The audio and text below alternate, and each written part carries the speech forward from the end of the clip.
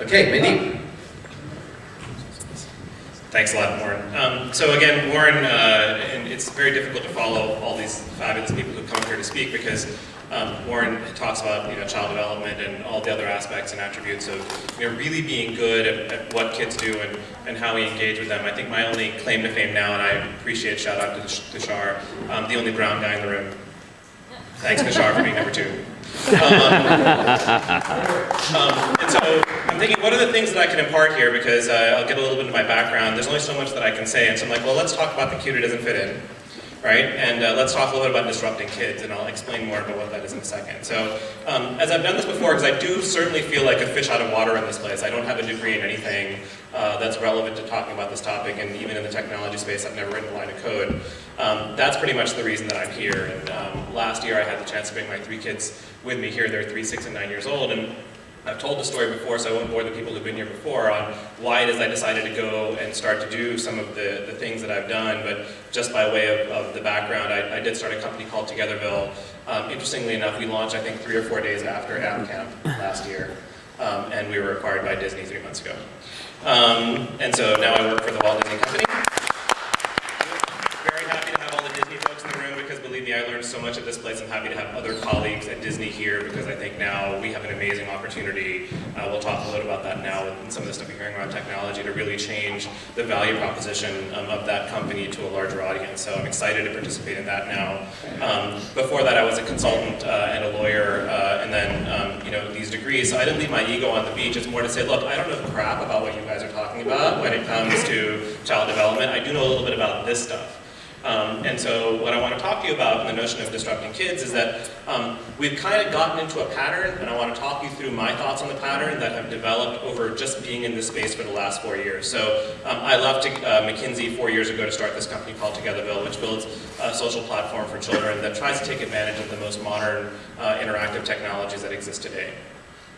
So, when it comes right down to it, again, room filled of really, really smart people who understand cognitive development, who understand a variety of different aspects of how knowledge is gained. And you can think through time, there's always been this quest for knowledge. It's not something new. But we talk about it like we've been doing it the same way forever. There's all different types of notions of how knowledge has been gained, and they go back, to particular times when actually what mattered is what you needed to know at the time. And so what you needed to know at the time probably had to do with a mentor, right? There was somebody there who was able to teach you, and you needed to know, if you were going to be a craftsman, you needed to know more about that craft. If you were going to be a hunter, you hoped to find somebody who could teach you those things. And that's what education meant. Like, you were good at something because somebody taught you that thing.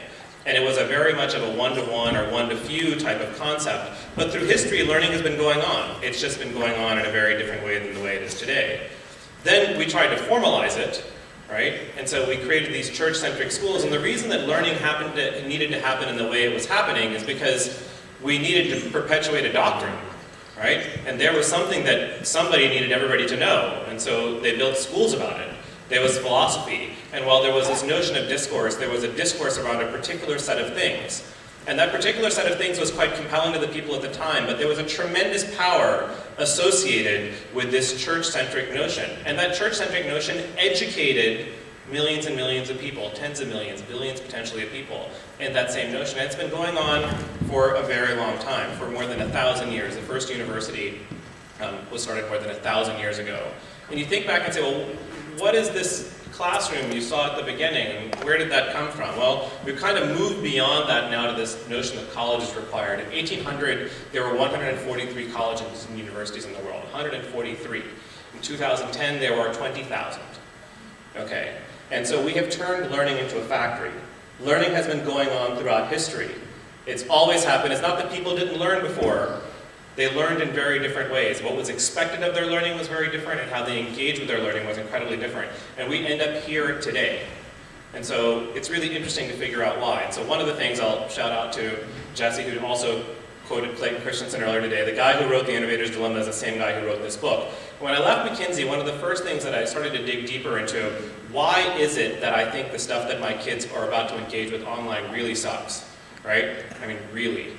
And I started to look at it and said it really comes down to a fundamental lack of understanding of how we got here and what it is that we expect from children. This patronizing notion that you should be able to build technology and watch kids do simple little activities because it's fun, doesn't really get to the idea of what was there. And Disrupting Class is a really seminal work which talks about the nature of innovation and disruption, particularly in the notion of schools. And as you can see, I stole my name a little bit from what he talks about in his book. But I'll give you the quick synopsis of it if you haven't had a chance to read it. And he says, this notion of the education system in the US, the one that we keep on clamoring for that needs to be changed, comes down to basically about 120 years of history. We talk about it like it's been going on forever and ever and ever. It has not, right? At the turn of the century, we had one-room schoolhouses in some places. If you were lucky, you went to a place where there was a teacher who taught everybody who would come. There was no requirement, and that was the way we did things. You know what? That worked for a while, until we needed multi-room schoolhouses, right? And those multi-room schoolhouses basically just broke you down either by age or by capability, and still tried to educate you.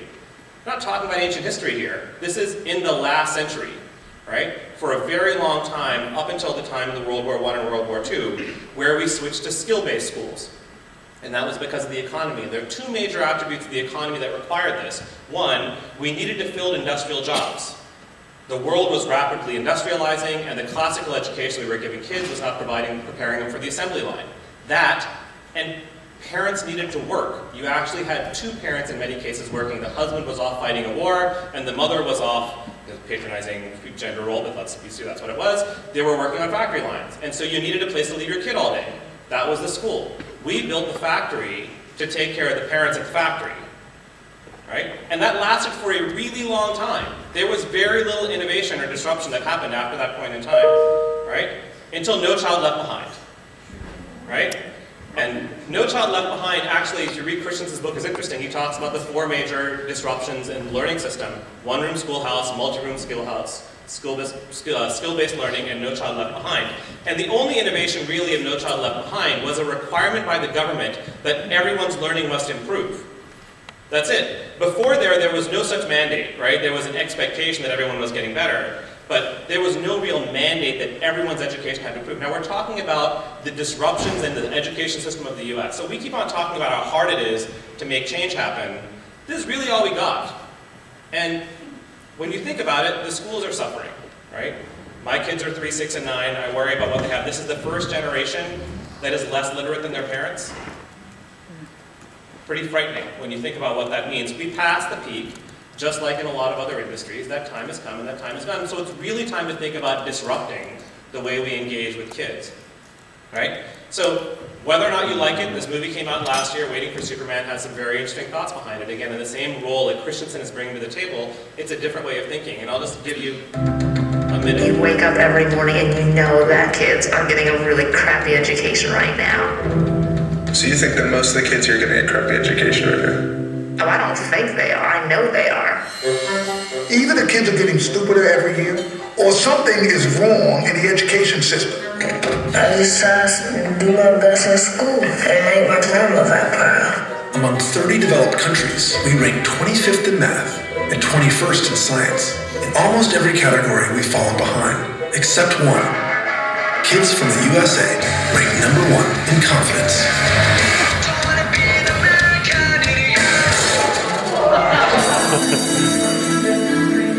Think about 60,000 people have gone to this school in 40 years.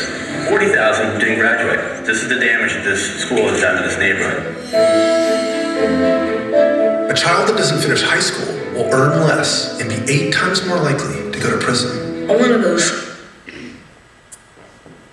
So obviously the movie goes on, and it really begins to bring at the heart of a really important issue, is that we have spent an unprecedented amount of money on education, and it's past the point of diminishing returns. It's actually gone to the negative.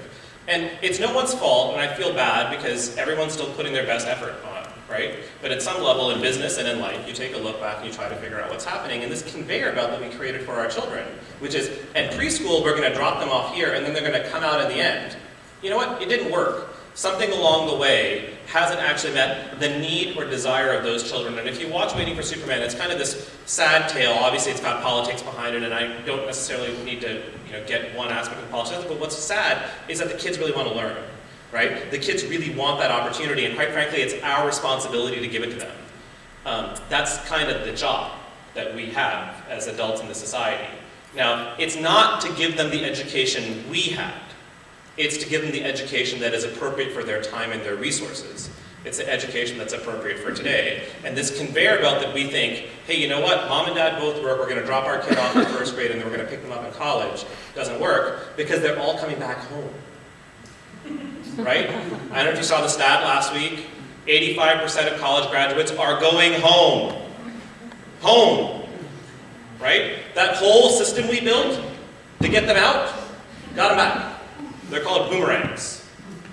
Okay, 85%. Why? Because there's a fundamental disconnect between the most rapidly growing economy that the world has ever seen. Take a look back thousands of years. There are more job opportunities now than there were then, right? A lot more things you could do. There's a lot of opportunity around. These kids are coming home, right? Because something in the entire system has not worked. And so this notion of disruption that Jesse talked about earlier, that I'm talking about today, really comes down to understanding that, you know what, as sad as it is, sometimes things don't work out. There's a hat factory. Okay? It was a good idea at the time.